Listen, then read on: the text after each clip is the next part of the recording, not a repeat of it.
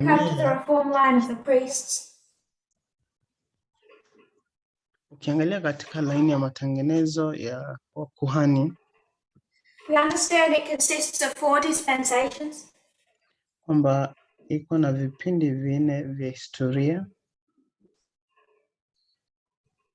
Plowing, early rain, latter rain, harvest. Kuna kipindi cha kutayarisha, mvua ya kwanza, mvua ya mwisho, na kipindi cha mavuno. 1989, 2001, 2014, 2019, 2021. Mwaka 1989, 2001, 2014, 19 na 21. Within every dispensation there is an increase of knowledge and a formalization. Katika kila kipindi cha historia kuna kuongezeka kwa maarifa na maneno kuwekwa bayana.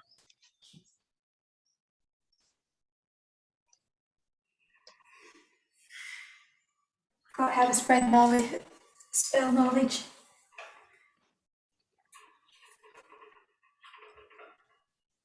It's not a good start.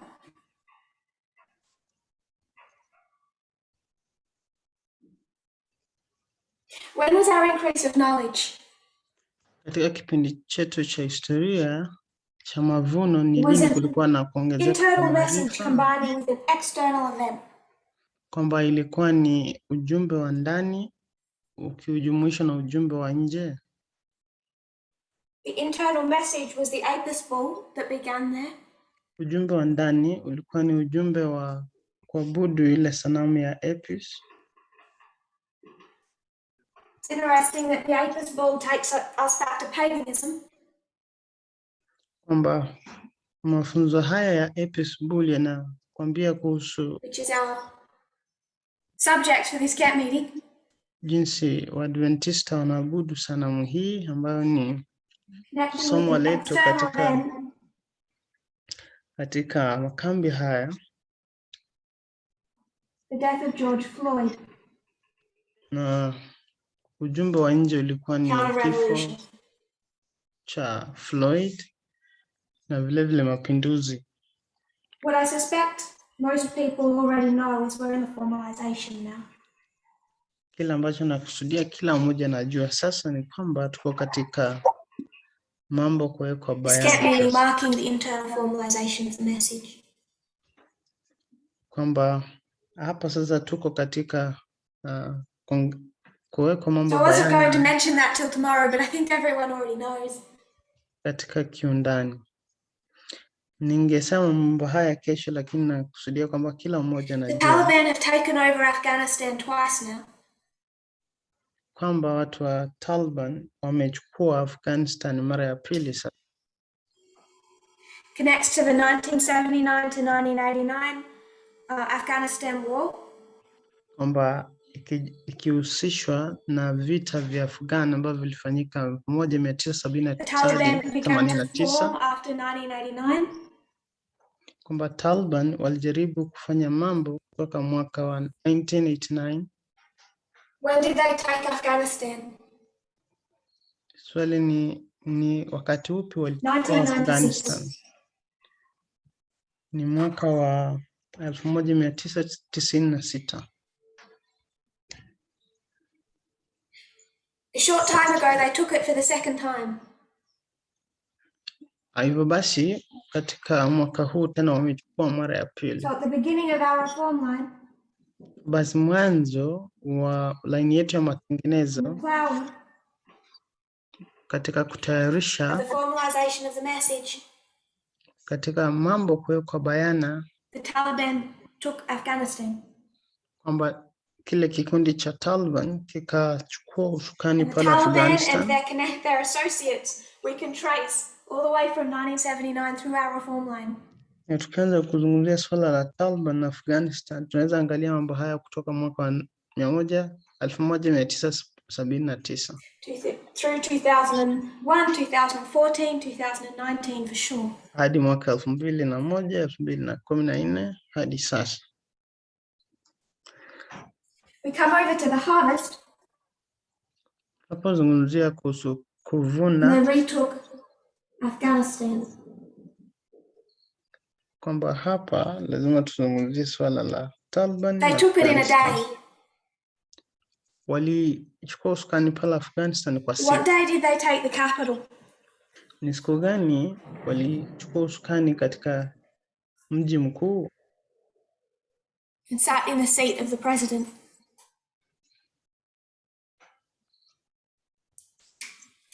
They entered and then took the capital on the 15th of August.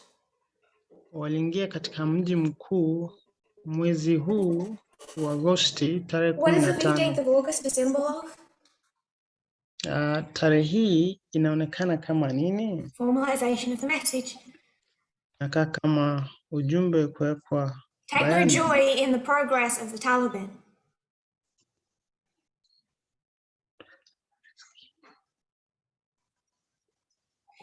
Any more than the events on September 11, 2001. Mambo haya ambayo yanafanyika Afghanistan ni kama yale yalifanyika Amerika mwaka 2001. But we have to see the prophetic fit. Kwamba lazima tuone lengo la kiunabii hapa. That God is showing us where we stand in history. Kwamba Mungu anatuonyesha mahali tumesimama katika historia. Through an understanding of parables and reform lines. Kupitia kuelewa kwa mbinu hii ya methali na laini za mtengenezo. Kwamba tushapita kipindi hiki cha kuongezeka kwa maarifa katika kipindi cha mavuno, which coincided with the opening up of a message, ambayo ilijihusisha vilevile na kufunguliwa kwa ujumbe. Through this time we've also seen the rise of the Taliban as the US began to withdraw. Vilevile katika kipindi hiki tumeona kuzuka kwa Taliban vile US ilianza kutoa pale. And on the 15th of August, which symbolizes the Exeter Camp meeting, they took Kabul.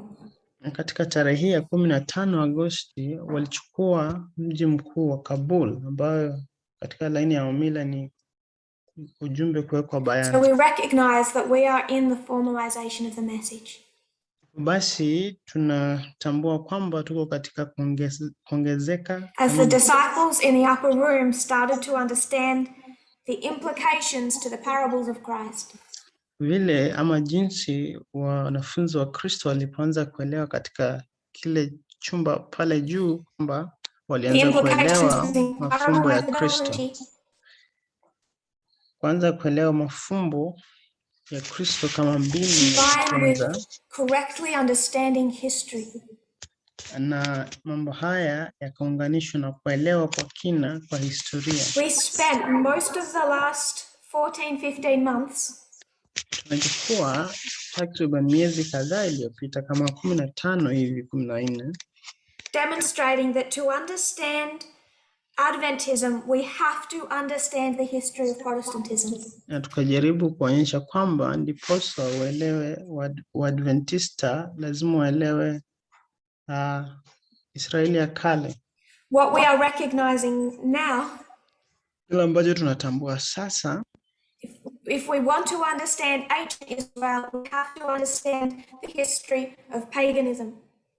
Kwamba kama unataka kuelewa historia ya Israeli ya kale, lazima uelewe historia ya and the mindset of paganism katika kipindi hicho.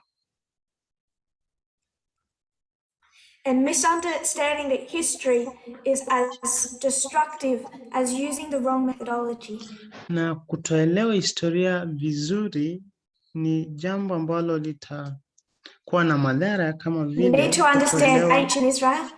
Kama vile kutoelewa mbinu nzuri ya kufanya uchambuzi wa Biblia. Because if we come to the subject of gay marriage, lazima tuelewe historia ya Israeli ya kale, kwa sababu tunapokuja katika swala hili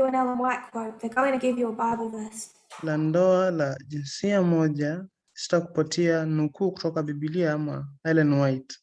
So if we want to understand Adventism, we have to understand Protestantism. Basi ndiposa tuelewe Adventista, lazima tuelewe Protestanti historia yao. And if we're going to understand Genesis to Revelation, we have to understand paganism. Na kama itabidi uelewe kutoka mwanzo hadi mwisho, lazima uelewe. So in the first presentation we explained why paganism. Gay and lesbian marriage is a subject we need to discuss. Tulijadili kwamba masuala haya ya ndoa jinsia moja ni muhimu. Tulijadili mbona ni muhimu kuelewa. In the second and third presentation, we showed how it is a key theme of our reform line at every important waymark. Tukaonyesha kwamba katika mafunzo iliyofuata ya pili na ya tatu, mbona swala hilo ni la muhimu kuelewa katika kila hatua ya laini yetu ya matengenezo. At every waymark. Katika kila hatua ya laini ya matengenezo. We understood 2014 again as the midpoint. Vile vile tukaelewa mwaka 2014 kama hatua ya katikati. Everything turning on that year and the year before and the year after. Kila kitu ambacho kinafanyika kabla ya mwaka huu na mwaka unaokuja. Where a lesbian couple and then a gay couple dismantled DOMA. Ambapo wanandoa wamoja wa jinsia moja waliharibu which set up the swala hili la DOMA. Scene for a war with conservatism in 2016. Ambayo ilionekana kuwa ni vita dhidi ya washika itikadi kali mwaka 2016. And we all know how that went. Na tunajua ni nini kilifanyika mwaka huu. Then at the beginning of the fourth presentation, katika mwanzo wa mafunzo we asked the question, is this significant? Kuuliza swali kwamba mambo haya ni ya muhimu. In 6,000 years of history, are these external events significant? Kwamba katika miaka 6,000 katika historia mambo haya ya nje ni ya muhimu. Is what the United States has done just return to some old Greek way of living? Kwamba Amerika ni kwamba kile ambacho kinafanyika kule ni mambo ambayo yalikuwa yanafanyika katika nyakati za kale. Conservatives believe just the immorality of pagan Rome?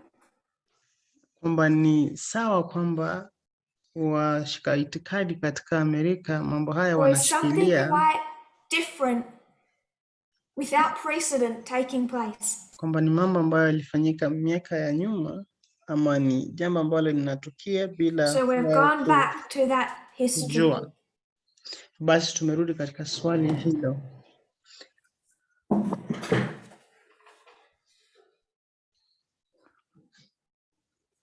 We're focusing most of our attention on Greece.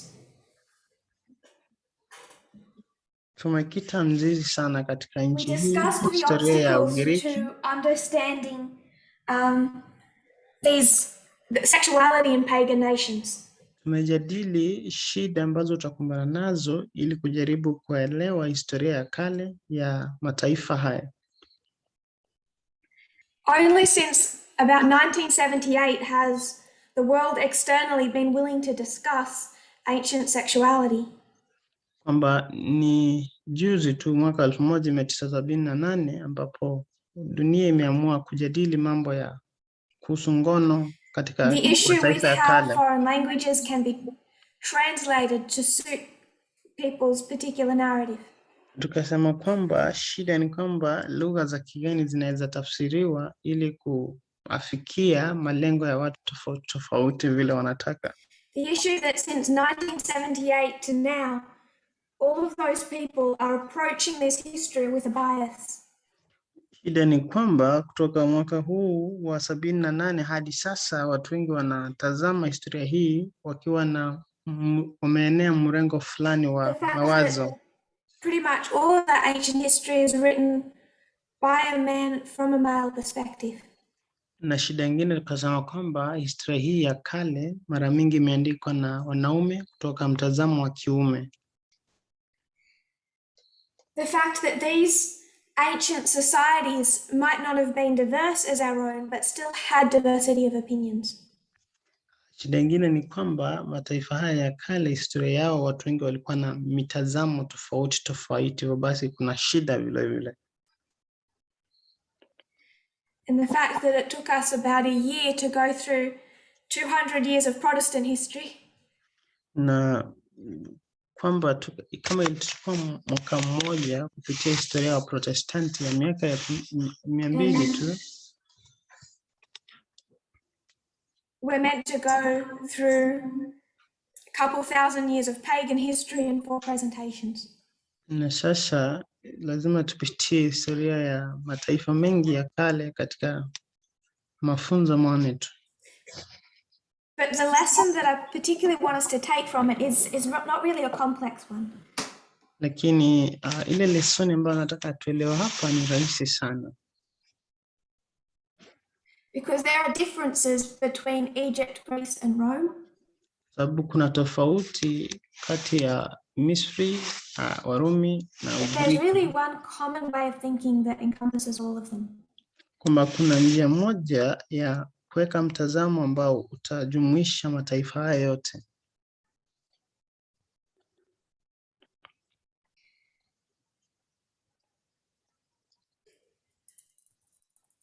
Looking at Greece, kuangalia katika nchi ya we had to Ugiriki, recognize that they think differently than we do. lazima tungetambua kwamba wanafikiria tofauti kwa jinsi ambayo tunafikiria sisi. Now, when we discuss modern relationships, tunapozungumzia mambo ya sasa ya mahusiano, it's thankfully easy to do that without focusing on sex. Ni rahisi sana kufanya mambo hayo ama majadiliano haya bila kuzungumzia swala la ngono. But because of the way that they viewed marriage and sex back then, it's impossible to go back without discussing it in detail. Lakini kwa sababu jinsi walivyokuwa wanatazama mambo ya ngono na ndoa wakati huo wa kale, ni vigumu kwenda katika historia bila kujadili mambo hayo. This also applies to ancient Israel. Vile swala hili linawekwa matumizi katika Israeli ya kale. If you were getting married in a traditional ceremony back in the history of ancient Israel, kama unaoleka katika ndoa ya kale ya Israeli, the husband and wife would go through the ceremony. Kwamba bibi na bwana lazima wapitie sherehe. And then they would go to a set up room and consummate their marriage, have sex. Alafu wataenda pale baadaye watashiriki swala la ngono. And all their family and friends would hang around the room excited, knowing what was happening on the other side of the wall. Kwamba watu wote wa familia wataenda karibu na yule bwana harusi wakiwa na furaha wakijua ni nini kilifanyika pale. We would be horrified if that happened to us today. Sisi tungeshtuka kama jambo hilo lilifanyika kwetu. But they weren't really married until this whole ceremony, including the night, had taken place. Kwamba swala hili la ndoa litafanyika, tutakuwa na furaha hadi, swala hili la ndoa. One of the issues with even the word homosexuality today, shida inazuka kutokana na jina hili, ndoa ya wanajinsia moja, is that there's still this idea that it's all about sex. Ni kwamba kuna swala hili la ngono ambalo linazingira mada hii. And it's really not. Na kwamba swala la ngono si swala tunapozungumzia ndoa. When you see an elderly husband and wife that have loved each other for 50 years, unapoona watu wazee ambao wamependana mke na mume kwa miaka 50, their bond is not based in some type of sexual relationship. Kwamba kule kukuja pamoja kwao si kwamba kumeletwa sua na. It's something I'm not sure if humanity is in a place to even fully explain or express.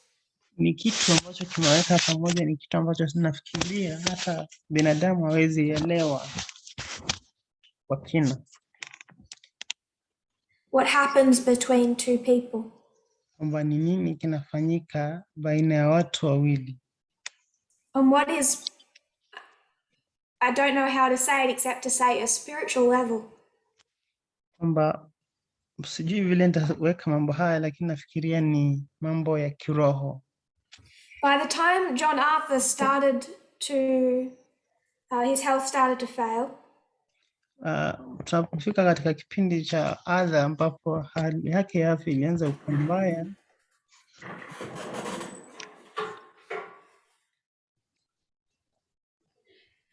you know that after 40 years when Theospire's health started to fail, baada ya miaka 40 afya yake ilianza kudhoofika. Yule adha ambaye alikuwa na ndoa na that yule relationship is not sex-based. unajua kwamba uhusiano huo wao haukuwa swala la ngono. Jim Obergefell will not have another partner or husband Yule mwanandoa mwenzake Jim hatakuwa na because he still goes to bed every night and wants to tell John Arthur about his day. Kwa sababu kila siku bado anatarajia kwamba atapatana na adha amweleze. It's not a bond that is sex-based. Kuletwa pamoja huku si swala la ngono haswa. Neither is the attraction. Vile vile si swala la kuvutiwa. When a man and a woman are attracted to one another, wakati mwanaume na mwanamke wanavutiwa moja kwa mwingine, we know when that is done right, it is not purely physical. Tunajua swala hilo linapofanywa katika njia iliyo sawa, swala hilo si tu vile wanavutana. There is a deeper bond that cannot be fully explained. Kwamba kuna kuja pamoja kwa ndani ambako hatutaelewa. Not suggesting it doesn't take work. Kubayana na sijaribu kusema kwamba hakuna kazi ambayo haihitajiki hapa. There was a gang of women going around at one point in time. Kuna mwanamke mmoja alikuwa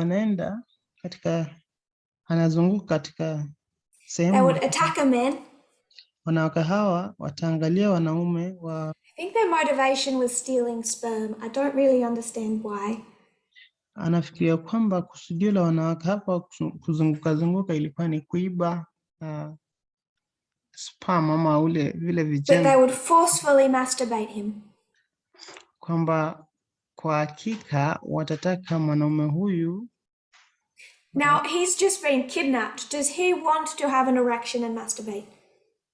Kwamba mwanaume huyu amechukuliwa bila kutarajia, lakini swali ni anataka kweli kuwa na mambo ya no. Ngono. Hapana. But for a lot of people, just with touch, it's not possible to remain in full control. Lakini kwa watu wengi hata kwa mguso tu si lazima wanaweza kaa wazibaki kwamba wanaweza jizuia. That doesn't mean there's that level of emotion or connection between the participants.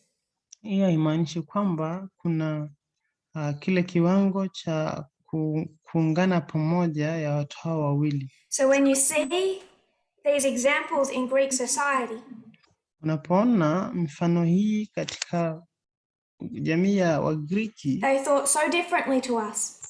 Walifikiria tofauti sana na sisi. In how they gendered the act.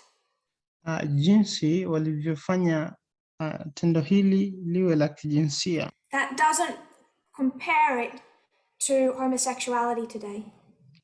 Hiyo haipati kufanya ulinganisho na jinsi tunavyoelewa ndoa ya jinsia moja leo hii. Their society, their culture viewed relationships and sex differently. Kwamba jamii yao ilikuwa na mtazamo tofauti wa mambo ya mahusiano na ndoa na sisi. I want to read now from Ruth Mazo-Karas. Atasoma kutoka nakala fulani hapa. She's a professor of history at the University of Minnesota.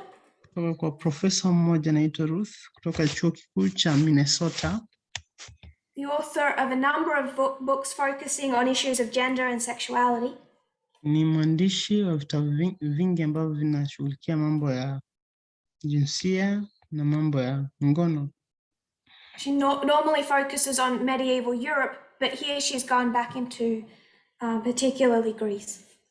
Mara mingi huzungumzia masuala ya Europa, lakini hapa atazungumzia swala la Ugiriki ya kale. This is titled Active Passive Acts, Passions, Greek and Roman Sexualities. Nakala hii imewekewa kichwa cha masuala ya jinsia, published by Oxford University Press. Ya Ugiriki. Imechapishwa na kampuni ya Oxford. The translators, this is on page 3. We'll start reading from page 3. You don't need to translate that. I'll just paraphrase part of it and then we'll read some.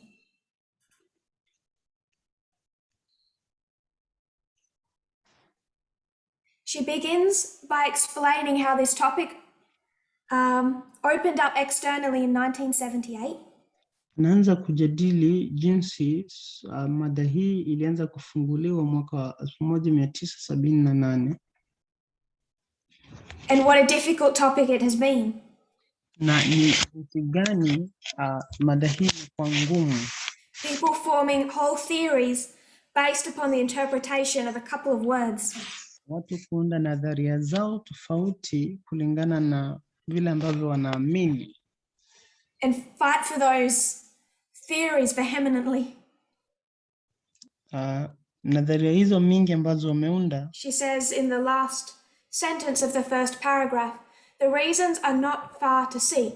Scholars' approaches to issues of gender and sexuality often have real-world political antecedents or ramifications, which they see no reason to hide.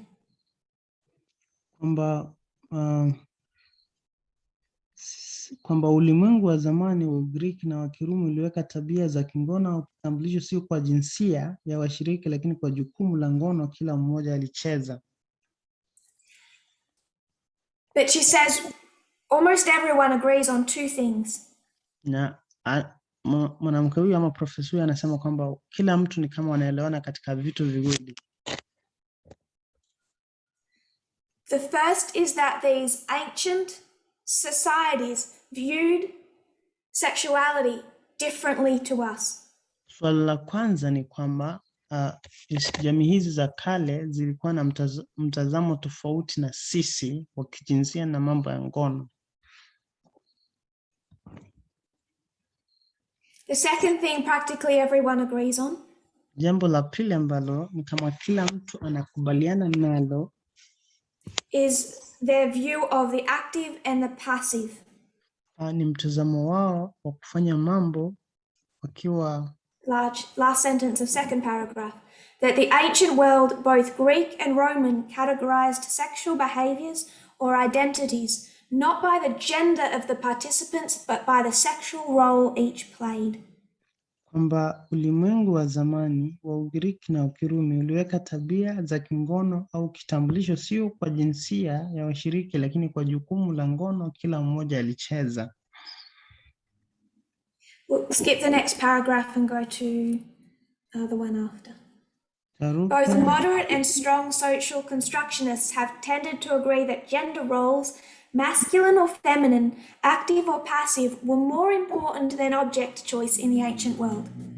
Kwamba wote wa wastani na wenye nguvu ujenzi wa jamii wameelekea kukubali kwamba majukumu ya kijinsia, ya kike au ya kiume, ya kazi au ya kijinga yalikuwa muhimu zaidi kuliko uchaguzi wa kitu katika ulimwengu wa zamani. Key to the distinction of gender roles was the concept that men are active and women are passive, or that men are penetrators and women are penetrated.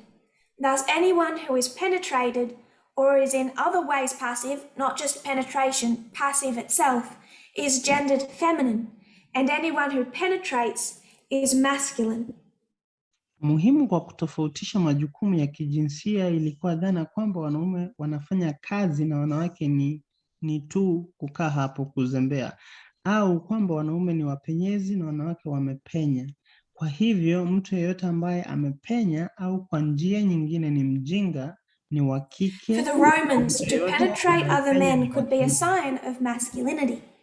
Women who penetrate and men who are penetrated are seen not primarily as sexual deviants but as gender transgressors. Kwa Warumi, kupenya kwa wanaume wengine inaweza kuwa ishara ya nguvu za kiume. Wanawake ambao hupenya na wanaume ambao wamepenya hawaonekani kama wapotofu wa kijinsia, lakini kama uhalifu. And if when you gender transgress you become this, it's not a good thing. Kwamba tofauti na swala la kijinsia, when a man did, they had names for him. Kwamba mwanaume alipojipata katika hali hii kama ya wanawake, This is an area where people form passionate theories on the definition of two words. Hapa ndipo watu wanaunda ama wanazua tafsiri mbalimbali ama nadharia mbalimbali kuhusu maneno fulani mawili. I believe these are two versions because it existed for both Greeks and Romans. Naamini kwamba hapa ni majina mawili tofauti kwa sababu yalikuwa katika Wagiriki na Kinaidos or Sinaidos. Kwamba ni jina hili Kinaidos ama Sinaidos. It's a really derogatory term, an awful term if you lived back then. Hili ni jina ambalo si nzuri sana hapo awali lilikuwa linatumika. There is evidence that they weren't just kept for men who slept submissively with other men. Kuna ushahidi kwamba kuna wanaume ambao walilala na wengine wakiwa wamekubali. But if they seemed anyway effeminate, lakini wanaume hawa kama wangeonekana kwa njia yoyote kuwa na uke, or even immoral with women, ama tu kuwa na msimamo usio mzuri na wanawake, their definition of immorality, which is not ours, na jinsi ambavyo walikuwa wanaona mambo ya kuwa sawa ama kutokuwa sawa. But there is evidence that these could also be translated today in some contexts. Kwamba kuna ushahidi kwa mambo haya vile vile yanaweza letwa katika muktadha wa leo.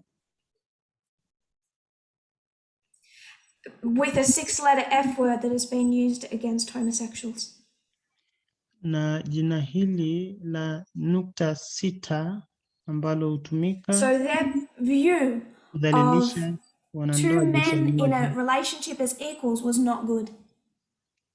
Hivyo basi mtazamo wao wa wanaume wawili ambao wamelingana kuwa katika ndoa haikuwa nzuri, alikuwa jambo limekubalika. Next paragraph. This way of understanding sex as something someone does to someone else seems fairly common in ancient Mediterranean culture, although is a long way from modern understandings of homosexuality as related to the gender of object choice, not the gender of act performed. The idea that is only the passive man or active woman who is perverted, not the man who penetrates another man or the woman who is penetrated by another woman, certainly survived well into this century. Njia hii ya kuelewa ngono katika kitu ambacho mtu fanya kwa mtu mwingine inaonekana kawaida katika tamaduni ya zamani ya Mediterranean.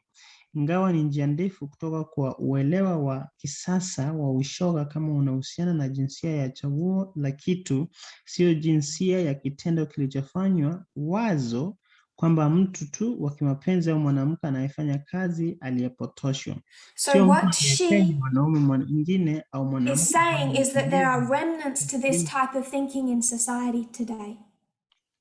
Kwamba jinsi walivyokuwa wanafikiria katika jamii hizi za kitambo si vile tunavyofikiria katika jamii ya sasa. And she connects that to the idea held among the North American public that gay men are effeminate and lesbians are masculine.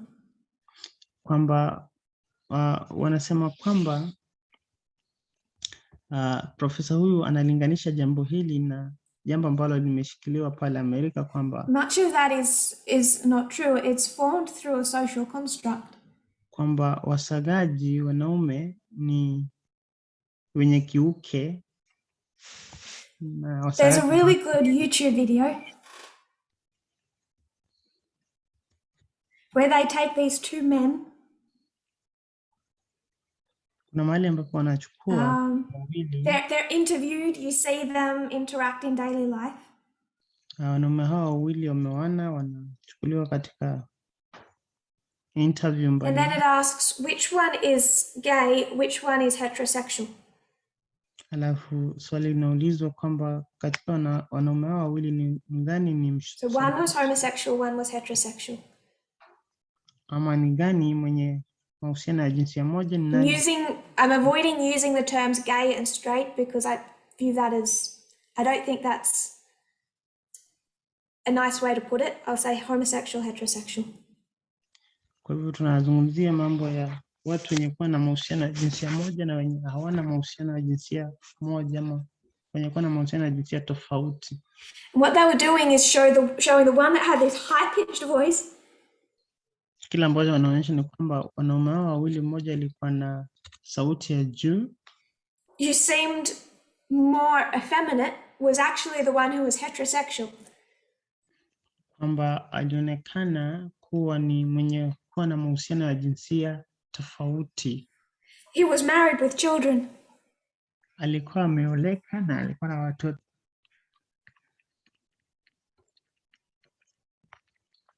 And it was the other man with the deep voice and the muscles. He was homosexual. Na ni mwanaume huyu mwingine ambaye alikuwa na sauti and they explained nzito. how this idea that gay men are effeminate and lesbians are masculine is a social construct, at least to a degree. Mwanaume huyu alikuwa na sauti nzito, ndiye alikuwa mwenye kuwa na mahusiano ya jinsia sawa, na kuonyesha kwamba si kweli kwamba mambo haya, kwamba jinsi ambavyo mtu anaonekana I'm not suggesting people aren't being themselves, but there's a social construct and a discriminatory idea behind that view. Swala hili kwamba jinsi mtu anaonekana anamfanya hawe wa mahusiano ya jinsia moja ni swala la kijamii ambalo ni la kibaguzi. And she's linking that back to most of Earth's history when gender was seen in the act, not in the person themselves. Na profesa huyu anajaribu kufanya ulinganisho katika historia jinsi mambo ya jinsia yalikuwa yanahusishwa na matendo bali si vile ambavyo mtu alikuwa anaonekana. Next paragraph. The fact that there is more than one way of understanding homosexual behaviour in contemporary culture should remind us that the ancients did not have a unitary view of it either. Attitudes varied from archaic to classical Greece to Rome, and varied too within a given polis. Ukweli kwamba kuna njia zaidi ya moja ya kuelewa tabia ya ushoga katika tamaduni za kisasa inapaswa kutukumbusha kwamba watu wa zamani hawako na maoni ya umoja pia. Mitazamo ilibadilika kutoka kwa kizamani hadi kwa Ugiriki ya zamani hadi Roma, na pia tofauti kama polisi fulani, ama kama David Cohen anaposisitiza Atheni ni msemo yake inayopingana ndani. But as I said at the beginning, there's always variations, but we're discussing what was legally tolerated. Kwamba niliposema hapa awali ni kwamba kuna utofauti kwa sababu tunajadili mambo ambayo yalikuwa yamekubalika kisheria. I don't really care about what one of their gods did. Hashughuliki kujua kile ambacho mmoja wa miungu yao alifanya. If John Arthur was gay in the 1950s, he lost his job. Nataka muelewe kwamba John Arthur alipokuwa msagaji mwaka wa 1950 alipoteza kazi yake. When he committed to a relationship with someone who was of the same gender. Alipoingia katika mahusiano na mtu ambaye alikuwa wa jinsia moja. How would that have been tolerated in ancient Greece? Swala hilo ni jinsi ipi ambalo lingekubalika katika Ugiriki ya kale? We've just discussed what same-sex relations they did have. Tumejadili ni mbinu ipi ya ndoa ya jinsia moja walikuwa nao. Through the practice of pederasty. Kwamba ni kufanya mambo katika njia hii ya hii jina ambayo. So when you're a 13-year-old male, you'll be courted by a much older man. Basi ukiwa kijana mdogo utakuwa na mahusiano na mwanaume mkubwa kwa umri. He is primarily your teacher. Kwa kimtazamo ni mwalimu wako. When you reach adulthood, height, beard, the relationship must end. unapokuwa kiumri, umekuwa na ndevu, urefu, uhusiano huo uishe. Any type of sexual relationship for sure cut there. Kwamba mbinu yoyote ya kufanya mahusiano kwa njia ya ngono, you have to go find a young boy, inamalizwa hapo. Lazima vile utafute kijana mdogo, mvulana. And then about 30 you have to marry a woman. Na ukifika umri wa miaka 30 lazima uoe mwanamke. And at the end of that paragraph she shows how two historians have discussed this. Na mwisho wa haya hii anaonyesha jinsi wanahistoria wawili wamejadili mambo haya. And said that even though this was popular among the elites, that among the mass of the Athenian people, the mass of the lower class people condemned both active and passive partners. Hata kama mambo haya yalikuwa ni mambo ambayo yalikuwa na umaarufu katika lile tabaka la juu, katika tabaka la chini la watu wengi walikataa mambo haya, wako yakubali. So for much of the lower classes, it didn't even matter if you were the active male. Katika wale wa tabaka la chini hawakutaka kujua kwamba wewe ndio unaifanya kazi kwa bidii. There was an abundance of social stigma. Kwamba kulikuwa na shida ya jamii kubagua. And you see this debate of tolerate it or see it as an abomination just in the writings of Plato.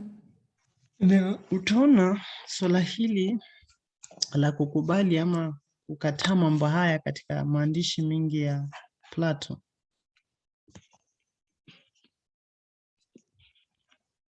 Going on, reading on.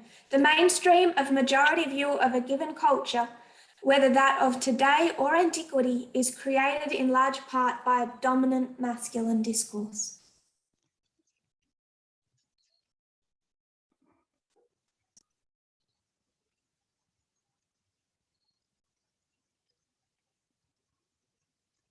Yet the kinados, this slur, clearly was understood as someone who enjoyed being anally penetrated, whether or not this was the core of his identity. Even if it were the immoderacy of his desire, rather than his passive role that was important, he was still fundamentally a gender transgressor, feminine in that immoderacy. The kinados comes in for far more censure than a man with an immoderate desire to penetrate, although the latter also can meet with disapproval. Maoni makuu ya utamaduni nyingi, iwe ya leo ya zamani, imeundwa kwa sehemu kubwa na hotuba kuu ya kiume. Walakini wakinaido walieleweka wazi kama mtu ambaye alifurahi kupenya kwa njia ya kutumia mkundu, ikiwa hii ndio msingi wa kitambulisho chake. Hata ikiwa ni upole wa tamaa yake badala ya jukumu lake la kuchukua, hiyo ilikuwa muhimu, bado alikuwa mhalifu wa kijinsia wa kike katika upotofu huo. Kinaidos huja kwa kukemea zaidi kuliko mtu aliyehamu. Treat the people of today who would have wanted to be a Theospire or a John Arthur. Swali ni kwamba jamii ya sasa ina mtazamo upi kwa watu ambao wanataka kuwa Arthur ama Jim, wanataka kuoana na kuwa na mahusiano ya jinsia moja? Because you go back into these cultures, into ancient civilizations. Kwa sababu unaporudi katika and sex was everywhere. Katika jamii hizi za kale ni kwamba swala la ngono lilikuwa kila mahali. But what's the issue? Shida hapa ni gani? Every single time, kila wakati, it must work off this construct. Tunapoangalia katika tazamo huu, male, tazamo wa kiume, now put female in brackets. Nimeweka uke katika mabano. Because it's not that she's a woman. Kwamba si kwamba yeye ni mwanamke. This might be a man. Kwamba anaweza kuwa mwanamke. Frankly, it might be an animal. Ama anaweza kuwa ni, just as long as it's not. Inaweza kuwa ni mnyama. To be honest, the god they worship, masculinity. Kwa kina yule Mungu ambao anaabudu ni vile So ambavyo why could anaonekana. underage people by today's standard be penetrated or play the submissive role? Mbona watu ambao wana umri wa miaka mdogo katika jamii ya sasa wao ndio wanafanya kazi Two reasons. ya kujipeana katika jamii ya sasa? One, they were often not penetrated.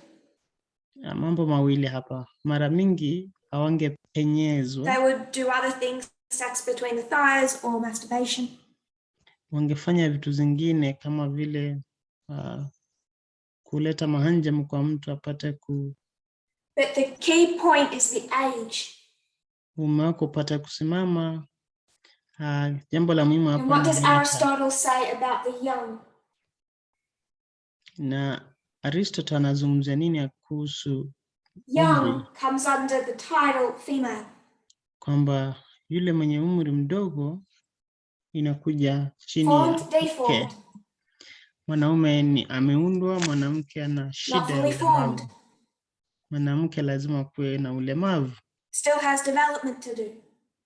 Kwamba ana mambo mengi ya kukua kama ya makuzi. Kwa mwanaume ni mwenye nguvu, huyu mwingine mwanamke si mwenye nguvu. Ruler, ruled, leader, led. Mwanamume kiongozi, mwanamke anaongozwa. And he says older, young. Nasema kwamba mwanaume lazima kuwe wa umri wa juu. There's a reason that he connects the female with young. Kuna sababu ambayo inawekwa mwanamke kuwe yeye ndiye wa umri wa chini. And that's the only reason that they tolerated those same-sex relationships. Na hiyo tu ndio sababu walikubali mahusiano hayo ya jinsia moja.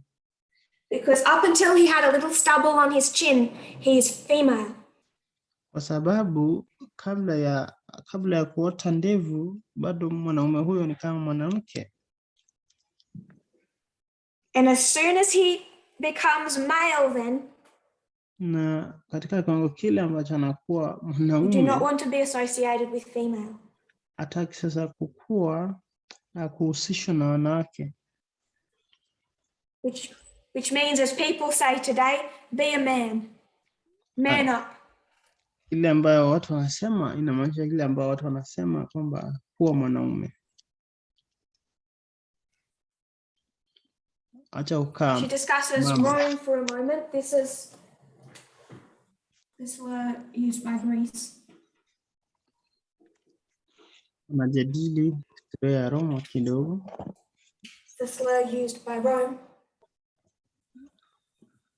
Na ni jina la kibaguzi linatumika na Warumi. She says most of what survives about this word is the vilification, which shows us how intensely at least one segment of Roman society equated masculinity with penetrative sexual behavior. Anasema kwamba zaidi ya kile kilichobaki juu ya Sinaidi ni uboreshaji, ambayo inatuonyesha jinsi sehemu moja ya jamii ya Warumi ililinganisha nguvu za kiume na tabia ya kupenya ya kingono. Then she touches on women. Alafu anazungumzia wanawake. She quotes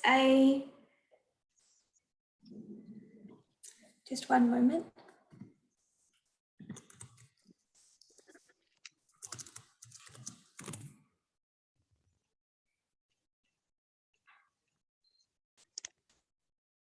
Second century AD historian.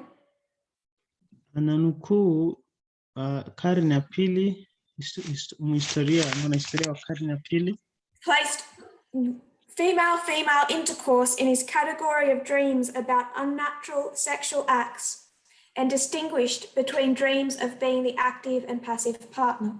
Mwanahistoria huyu aliweka ngono ya mwanamke na mwanamke katika jamii yake ya ndoto juu ya vitendo vya ngono visivyo vya asili na kutofautisha kati ya ndoto za kuwa mshirika anayefanya kazi na anayetenda tu.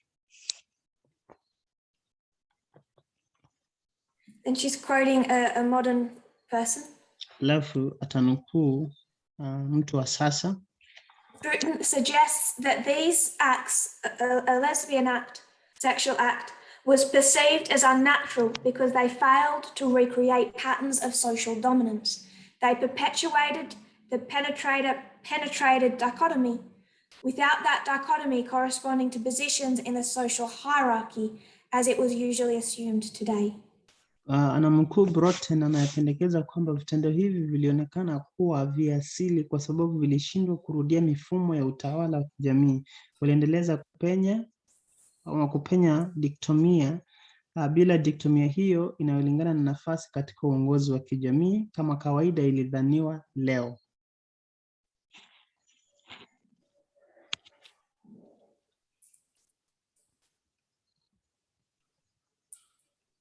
So it was even harder with women because they still couldn't recreate that sexual hierarchy. Ni shida kwa wanawake kwa sababu katika mfumo huu hawangeweza kuzalisha katika mfumo huu wa kiuchumi.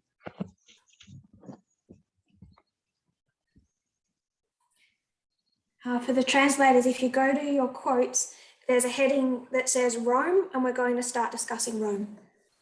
Sasa tunaanza kujadili historia ya Rumi kama Roma. You'll find that on midway on page 4. Katika ukurasa wa 4 wa nukuu hizi. It just starts by saying how Rome was different to today. Inaanza kwa kusema jinsi Roma ilikuwa tofauti na ya sasa. Roma ya kale na ya sasa. Second sentence. Sentensi ya pili. Latin lacks words that would precisely translate homosexual or heterosexual. The primary dichotomy of ancient Rome sexuality was active, dominant, masculine, passive, submissive, feminine. Kwamba Kilatini haina maneno ambayo yanaweza kutafsiri ushoga na jinsia moja. Diktomia ya kimsingi ya jinsia ya ujinsia wa Kirumi wa zamani ulikuwa hai, kubwa, ya kiume na isiyo ya kawaida. Roman society was patriarchal, and the freeborn male citizen possessed political liberty and the right to rule both himself and his household. The conquest mentality shaped same-sex relations. Roman men were free to enjoy sex with other males without a perceived loss of masculinity or social status, as long as they took the dominant or penetrative role. Jamii ya Warumi ilikuwa ya mfumo dume na raia wa kiume aliyezaliwa huru alikuwa na uhuru wa kisiasa na haki ya kutawala mwenyewe na nyumba yake, familia. Mawazo ya ushindi yaliunda uhusiano wa jinsia moja. Wanaume wa Kirumi walikuwa huru kufanyia ngono na wanaume wengine bila upotezaji wa kiume au hadhi ya kijamii, maadamu walichukua jukumu kuu au la kupenya. Acceptable male partners were slaves, former slaves, prostitutes, or entertainers. Washirika wa kiume wanaokubalika walikuwa watumwa na watumwa wa zamani, makahaba na watumbuizaji.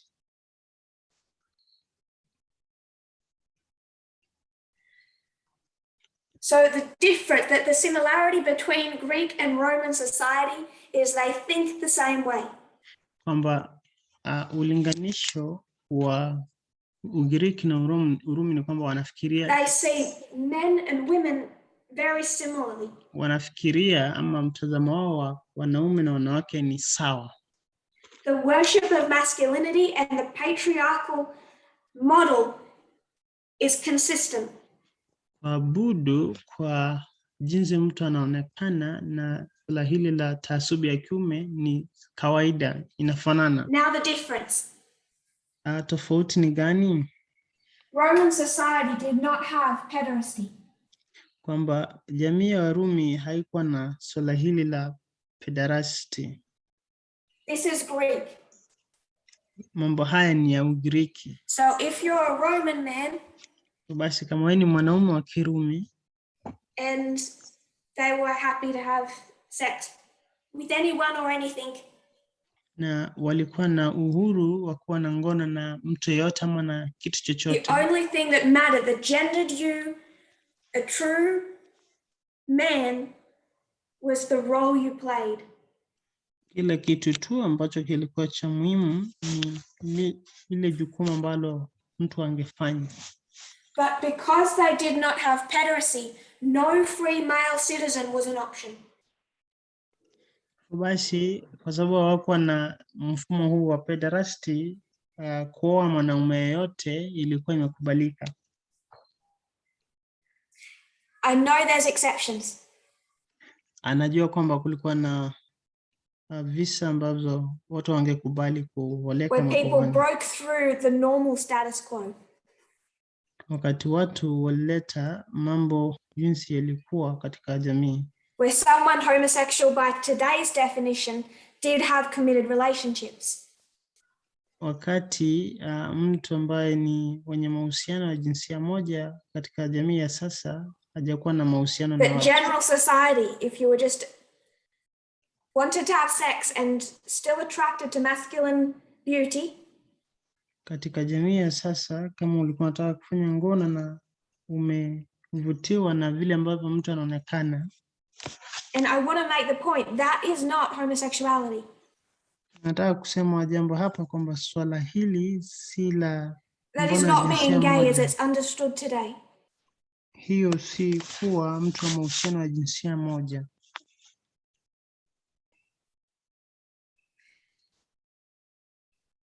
They always worshipped the male body.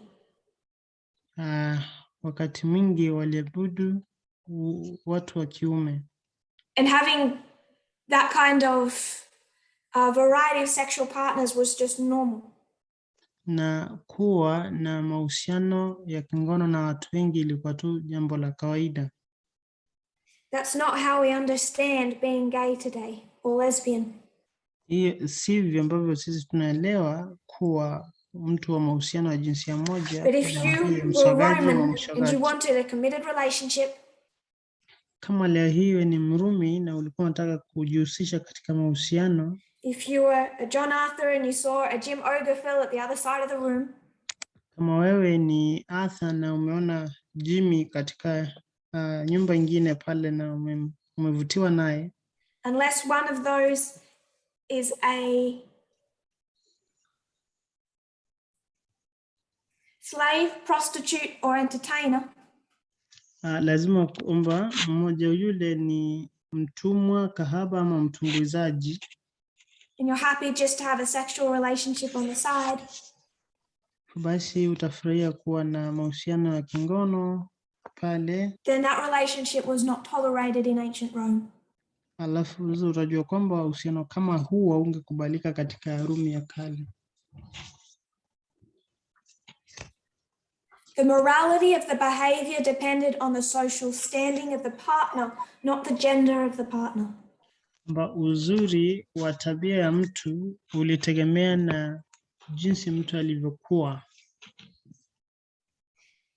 si tu mambo ya kijinsia.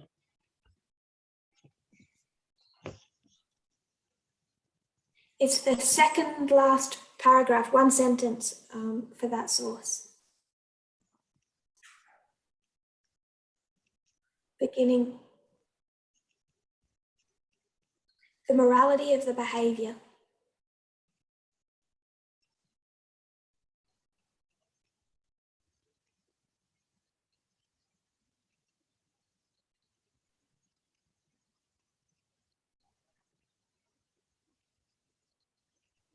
You see a change in the art here. Utaanza kuona mabadiliko ya jinsi mambo haya yamewekwa hapa. Between Greece and Rome.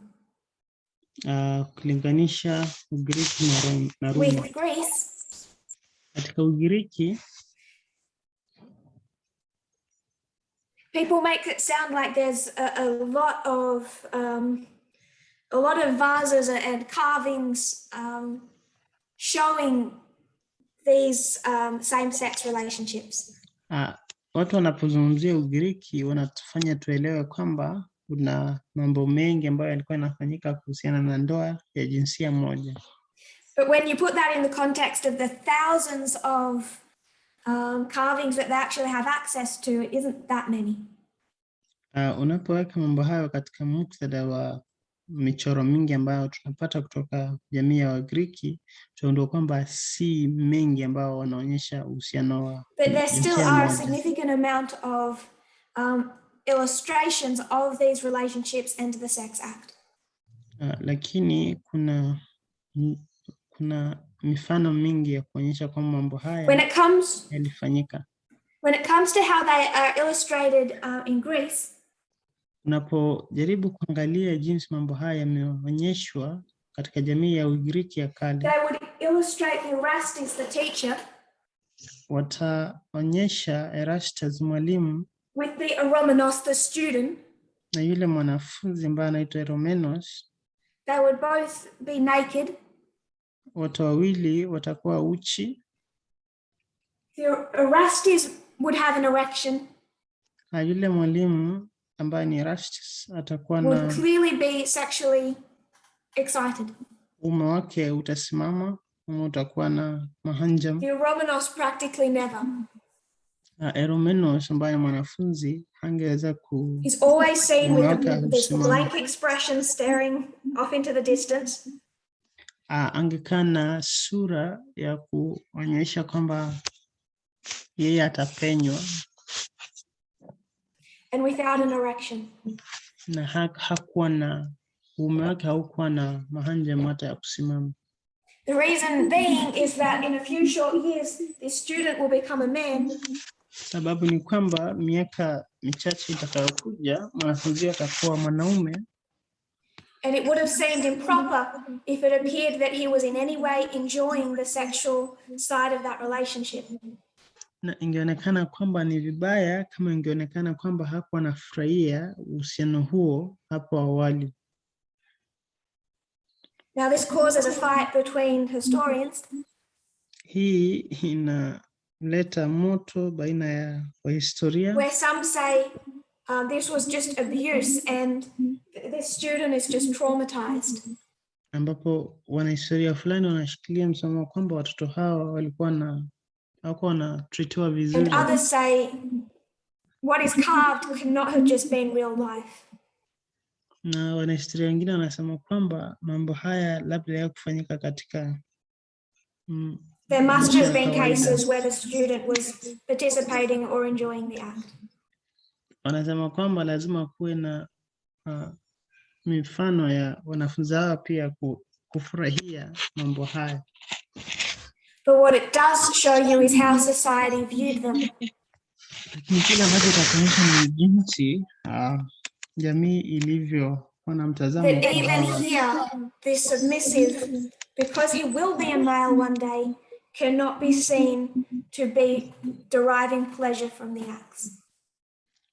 Kwamba kwa sababu siku moja mwanafunzi huyu pia atakuwa mwanaume, haimaanishi kwamba hangefurahia mambo haya.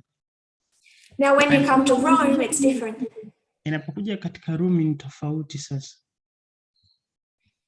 In all of their illustrations, or many of them, you can see both parties sexually excited in that sex act.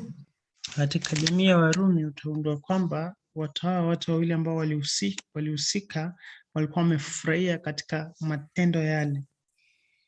The reason for that sababu ya hayo is that the submissive, when it came to those Roman relationships, would never attain the level of a free male citizen.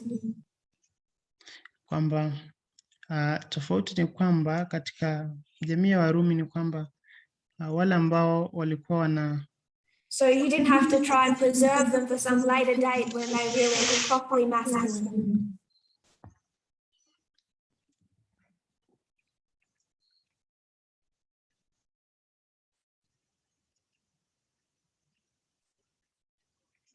For Greece, the submissive youth would one day be expected to fight for and lead the country.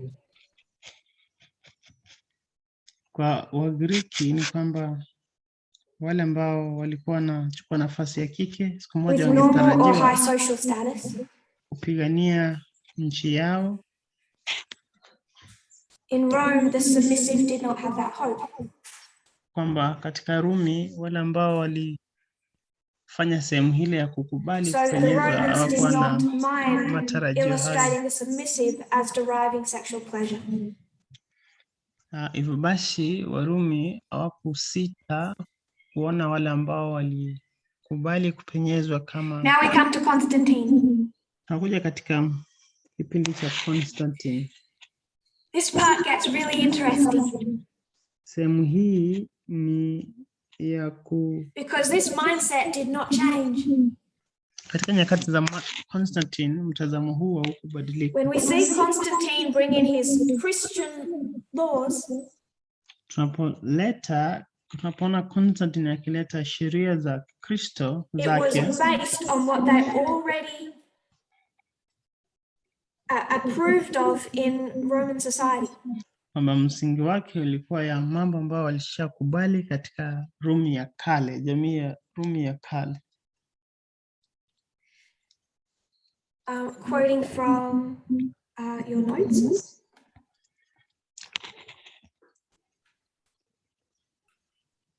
Midway of page 5. Nevertheless, the concept of sexuality behind the laws did not change. The added interpretation by Constantine specified a crime which consisted of a male of high status being forced or coerced into an act in which he played the passive sexual role and consequently moved outside of his gender role. Walakin dhana ya ujinsia nyuma ya sheria ya ujinga haikubadilika. Tafsiri iliongezwa ilitaja uhalifu ambao ulikuwa na mwanaume mwenye hadhi ya juu kulazimishwa kutenda kama alicheza jukumu la kijinsia, na kwa hivyo akahamia nje ya majukumu yake ya kijinsia. What I would really like to dismantle is the idea that paganism was progressive and Christianity came in and ruined everything. Kwamba kila ambacho tunataka kuharibu hapa ni dhana kwamba Rumi ama ushenzi huu wa kipagani kwamba ulikuwa endelevu, ili hali Ukristo ukakuja ukaharibu mambo haya yote. These quotes are from the African Human Rights Law Journal. Nukuu hizi ni kutokana na majarida ya Afrika. The influence of Roman laws regarding same-sex acts on homophobia in Africa. Kwamba Urumi, mambo katika jamii ya Rumi imeadhiri mambo ya ngono ya jinsia sawa. She's a lecturer at the Department of Ancient Languages in the University of Pretoria, South Africa. Kuna mhadhiri hapa ambaye ni wa chuo kikuu cha Pretoria, Afrika Kusini. Anazungumzia ushawishi wa sheria za Kirumi kuhusu vitendo vya kijinsia moja juu ya kuchukua. A law was published in 438 and is recorded in the Theodosian Code 97678. Kwamba Kaun Papri ni mkusanyiko wa maandishi ya zamani ya Misri yaliyojadiliwa mada ya kutawala, hesabu na matibabu. This law refers to the disgraceful custom some men have of acting in a passive role, like a woman, during sexual intercourse. In both cases, a man taking the passive role, that of the woman, in sexual intercourse is the object of this law, rather than all men engaging in same-sex acts. Kwamba sheria ilichapishwa mnamo 438 na imeandikwa katika kanuni ya Theodosian 97678. Sheria hii inarejelea mila ya aibu ambayo wanaume wengi wanafanya kama jukumu la wanawake wakati wa tendo la ndoa. Katika visa vyote viwili, mwanaume anayechukua jukumu la kutazama la mwanamke katika kujamiana ndiye kitu. Considering that these edicts do not institute a new crime, but instead encourage the enforcement of the existing laws on same-sex acts. Laws that already had. Badala ya wanaume wote wanahusika katika vitendo vya jinsia moja. Kwa kuzingatia kwamba amri hizi hazianzisha uhalifu mpya, lakini badala yake zihimize utekelezaji wa sheria zilizopo juu ya vitendo vya jinsia moja. That's about all that I want to say for Rome. Haya ndio yote nataka kuzungumza kuhusu Rumi. Because essentially it's the same as Greece but without the pederasty. Kwamba mambo haya ni sawa na ya Ugiriki, lakini Warumi hawana mfumo huu wa pederasty. Both are heavily based on sexism. Lakini ni kwamba kwa kiwango kikubwa mambo haya yamejikita katika on the idea of a passive role. Taasubi ya Kiume. jambo hili ambalo And this is the mindset that dominates the pagan world from Egypt. Na huu ndio mtazamo ambao umekita mzizi katika wapagani, nchi ya wapagani, which we will discuss in a moment. Ama watu wa mataifa ambao tutazungumzia kifupi tu. Up and through the time of Constantine. Mambo haya yamekita mzizi hadi wakati wa You still see it today. Na vile vile unaona mambo haya leo hii. With how gay and lesbian people are viewed. Vile watu hawa ndoa jinsia moja ambavyo which is based on this idea between the masculinity of penetration, ambayo imejikita kwa mtazamo huo kwamba kuna mpenyezaji. All that comes connected with that. Swala hilo linakuja na mambo haya yote. Which I would suggest is just apis bull mentality. Mbaya atasema kwamba ni swala la kuabudu kwa ile sanamu ya Api. This is just the pagan apis bull worship of masculinity. Kwamba hii hapa ni kuabudu kwa sanamu ya Apis ya. And what ancient Israel couldn't recognize in Christ was when he didn't operate with that mindset. Kila ambacho kilishtusha Israeli ya kale ni kwamba Kristo hakuwa na mtazamo huo na hakufanya kazi na mtazamo huo mbaya. Egypt. Misri. Don't have much to say about Egypt. Hakuna mambo mengi ya kuzungumzia kuhusu Misri. It's a complicated history. Ni historia changamano. But I want to discuss the Kahun papyri. Lakini anataka kuzungumzia swala la Kahun papyri. Going to erase this.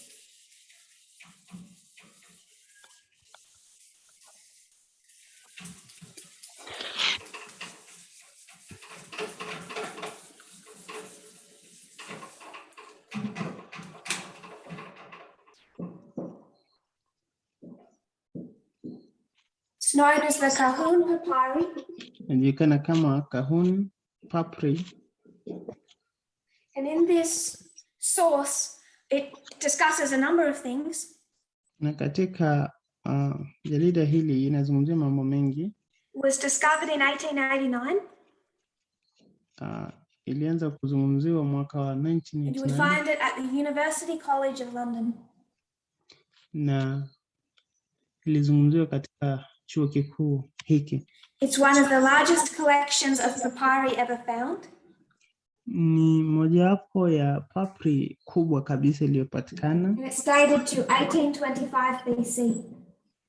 Na maandishi mengi ni ya tarehe ya 1825. So we've seen the mindset that existed under pagan Rome. Tushaona mtazamo ambao ulikuwa katika Rumi ya kishenzi. Even under Constantine. Hata katika nyakati za Constantine. We're going back nearly 2000 years. Sasa tumerudi nyuma takriban miaka 2000. It's the reign of Amenemhat III. Kwamba ni kipindi cha ufalme cha Amenemhat III. This is not an exact date, of course, an estimate. Tarehe hiyo si contains something called the Osiris myth. Kuna kitu hapo ambacho wanaita ni. Now there are many stories about these two people through ancient Egyptian literature. Kuna mambo mengi hapa kuhusu jamii ya kale na fasihi yao. That is Seth and Horus. Kwamba kuna Seth na Horus. But I just want to refer to one of these stories. Lakini nataka kuzungumzia hadithi moja ya hawa watu wawili. The one found in this papyrus.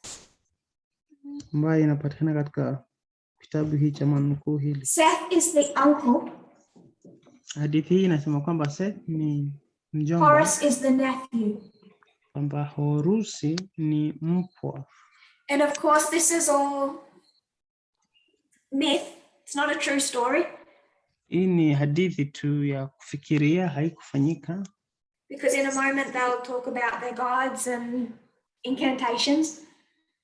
kwa sababu watazungumzia miungu yao na kufanya sherehe fulani na miungu yao. But it is a view into the way they thought. Lakini nataka muone mtazamo katika hadithi hii. So it reads kind of like a Disney fairy tale.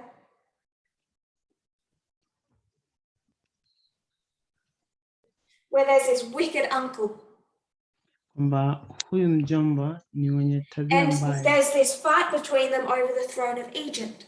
Kwamba mjomba huyu na mpwa wake wanapigania ukuu katika The nephew is popular and the uncle is unpopular. Katika ufalme wa Misri, mpwa ana umaarufu na mjomba wake hana.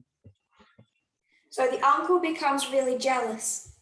Basi huyu mjomba wake anakuwa na and he tries to chase Horus away or even kill him. Kwa sababu Horus ana umaarufu, uncle yake anataka kumkimbiza. And when he fails to be able to drive his nephew away, anapo faili kumtoa huyu mpwa wake katika Misri, he decides I'll just humiliate him until he is banned from Egypt. Kwamba anadhalilishwa hadi anafikiria kwamba anafaa atoke kule Misri. So he wants the throne, he's jealous. Basi anataka ufalme. He decides the way to get rid of the nephew is to humiliate him and have him banned from the country. Kila ambacho anaamua ni kwamba amdhalilishe mpwa wake, ni kwamba lazima afanye so Seth hosts a party. Ambaki huyu mpwa wake.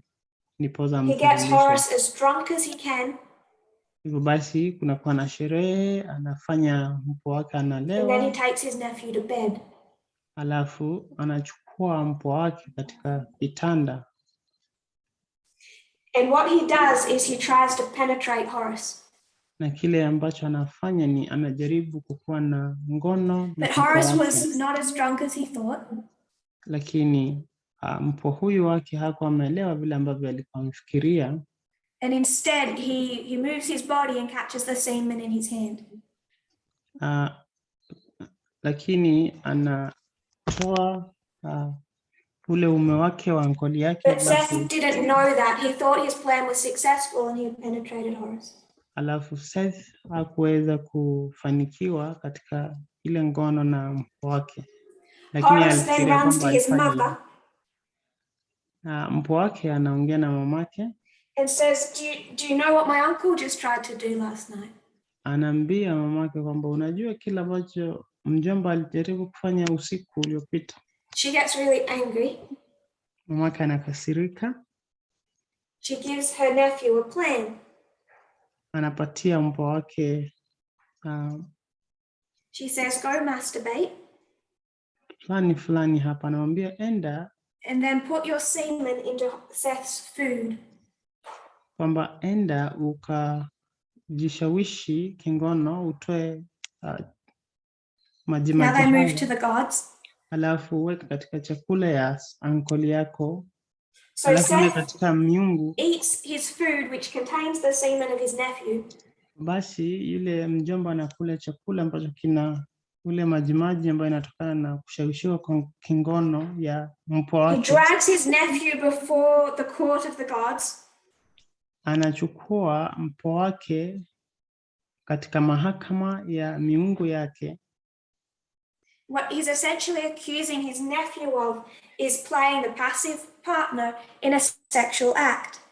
Kile ambacho atasema katika kesi hiyo ni kwamba mpwa wake alikuwa amefanya tendo la kujidhalilisha katika. So the gods do whatever they do. Hivyo basi miungu inafanya kila ambacho inafanya. And call the semen to exit the body.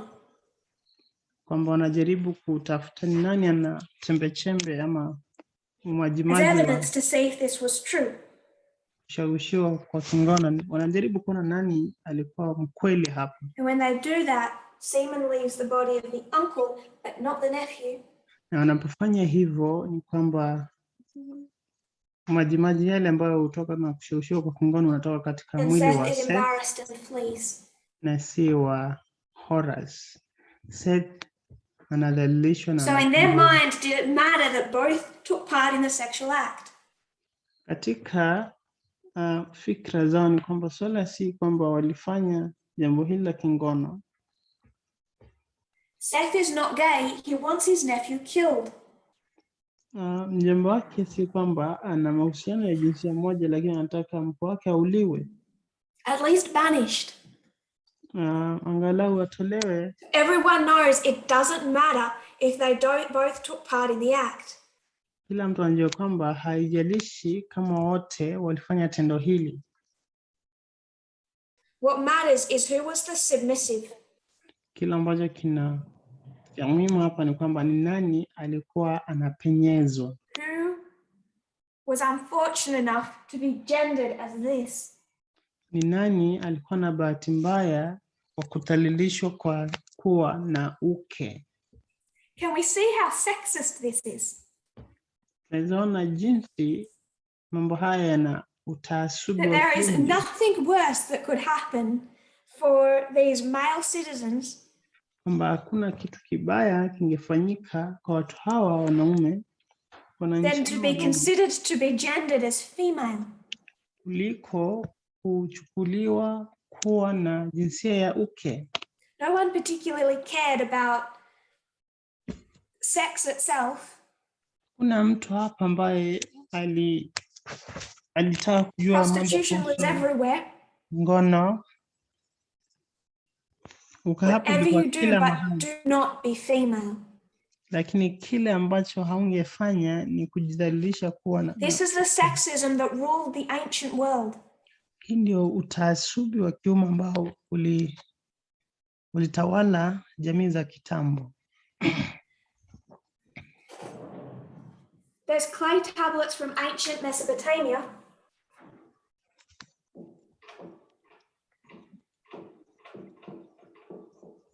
Known as the Summa Alu. And I list tens of thousands of omens for various actions.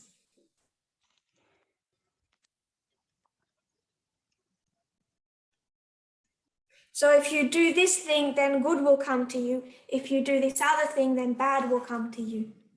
Kuna mkusanyiko wa vidonge vya samani ambavyo vinajulikana kama Summa Alu, ambayo ni dhana inasema kwamba kufanya hivi ni vizuri, kufanya vile ni vibaya. The beginning of page 7 for the translators. Mwanzo wa kurasa 7 kwa tafsiri. One such section deals with sexual acts eventually touching upon homosexuality. I'll stop there because I'll disagree. Again, an error in a source, this is not homosexuality. Kwamba Summa Alu ni mkusanyiko sehemu moja kama hiyo inazungumzia vitendo vya ngono, mwishowe vinagusa ushoga. Hakubaliani mambo haya si mambo ya ndoa jinsia. Not as we would know it today. Si jinsi ambavyo leo hii tungejua mambo ya ushoga.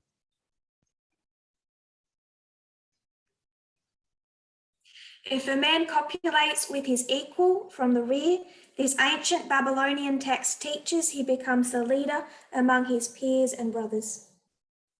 Kwamba ikiwa mwanaume ushirikiana na sawa kutoka nyuma, maandishi haya ya zamani ya Babeli yanafundisha anakuwa kiongozi kati ya wenzao na ndugu zake.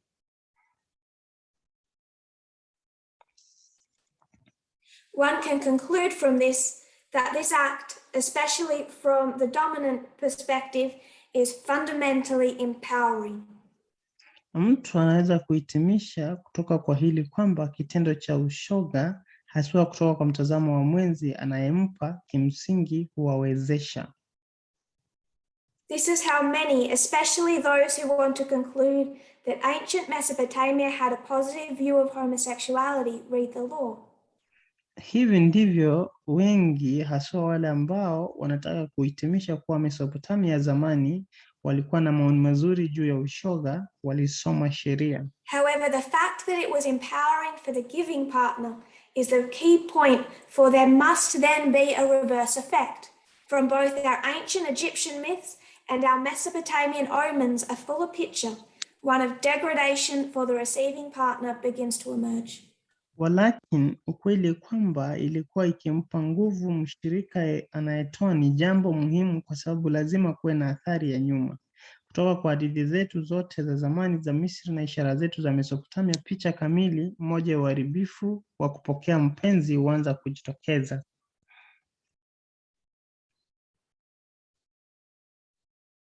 So if two men are equals, ikiwa wanaume wawili, then one is considered to have played the dominant role in sex. Kama wanaume wawili wanatoshana na mmoja anakusudiwa kwamba yeye ndiye he becomes superior and the leader of all the other men. Kwamba huyo aliyekuwa anapenyeza anakuwa kiongozi na mtawala kwa wengine. But then the opposite must be true. Basi kinyume ya mambo hayo ni ukweli. If a man is considered to have played the submissive role, kama mwanaume ndiye alipenyezwa, he becomes degraded, lower in status than the other men. Uliwa wa hadhi ya chini, anayeongoza. So if you want to rule, what do? Kama unataka kuongoza utafanya nini? Question. Swali. This day is not exact to the year or probably even the decade. Kwamba funzo hili si la mwaka ama ya kuchukua miaka 10. But it's a close enough estimate. They know the generation. Hapa ni kukadiria tu. To what date does Usher place the destruction of Sodom and Gomorrah? Mwanahistoria Asha anaweka kuharibiwa kwa Sodom na Gomora tarehe gani? 1897 BC. Anaweka mwaka wa 1897 kabla. Neither date are exact. Hii si tarehe kamili. I'm content to lay claim to the idea, or to hold to the idea, we're talking about the same generation.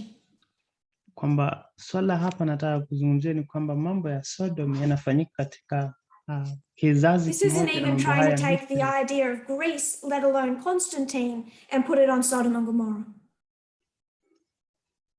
Kwamba mambo haya katika historia ya Ugiriki, ya Constantine, ya Rumi. This is Egypt and Mesopotamia in the same generation. Kwamba Sodom na Gomora ni karibu sana na historia ya Misri na Mesopotamia kale.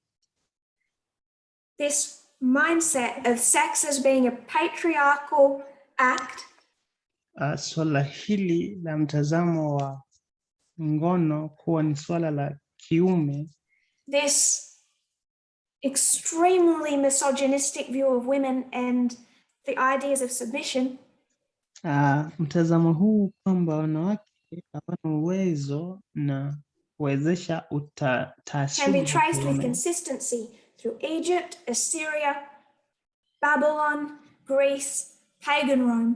Unaweza ona mfululizo wa mawazo wa swala hili katika jamii hizi ya Ugiriki, Misri, Mesopotamia, Babeli, Rumi. With legacy issues today,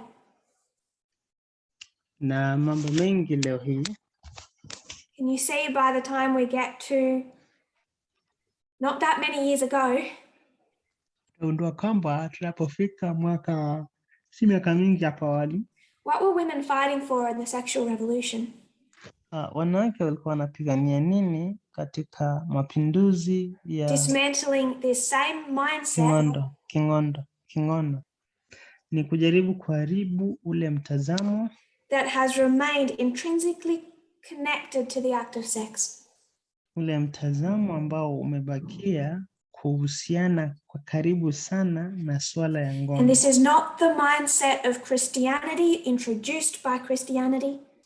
Na mtazamo huu si mtazamo wa Kikristo ambao ulianzishwa na Wakristo. This is consistent classic paganism. Kwamba huu ni mfululizo wa mawazo ya watu ambao hawaabudu Mungu. None of it is understanding or tolerating equal gay or lesbian relationships. Hakuna jamii moja hata moja ya hizi za kale ambazo tumezungumzia wanakubaliana kwamba kunaweza kuwa na watu wa jinsia moja None of it katika is usawa. from a principle of equality or human rights. Hakuna hata moja ambaye inasimama katika kanuni ya usawa ama usawa wa haki ya I'm over binadamu. time, so we'll close for today. Muda umeisha, tutamaliza somo letu la leo. But before we come back tomorrow, just consider till then. Kabla tuje kesho, fikiria mambo haya. Not considering Adventism, not considering this movement. Usifikirie fugufugu hili wala hata Adventista. Just tracing the external. Lakini kwa kufanya mfululizo katika mambo ya nje. What happened to the United States? Nini kilifanyika katika nchi ya Amerika That made this possible? Ambayo ilifanya matukio ya 2014 yakawezekana. Tuombe. You kneel with me, we'll close in prayer. Tutapiga magoti kisha tuombe.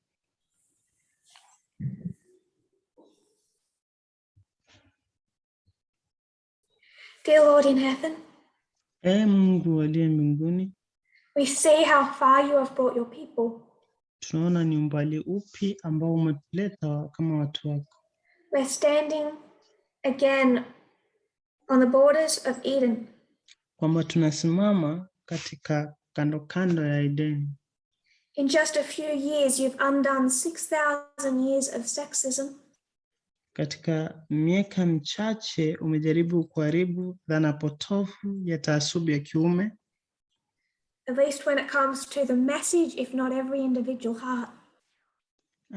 Katika kiwango cha ujumbe ambao umetupatia, hata kama kila mmoja hajabadilisha mtazamo wake. Unatufanyia mambo makuu. We know at the formalization of the message is a revelation of the glory of God. Tunajua kwamba katika mambo kuwekwa bayana ni wewe kujaribu kutuita tushikilie kabisa imani. May we see your glory in the messages of this camp meeting. Hebu na tuone ukuu katika ujumbe wako katika makambi haya. I pray this in Jesus' name. Nimeomba haya katika jina la Yesu. Amen. Amen.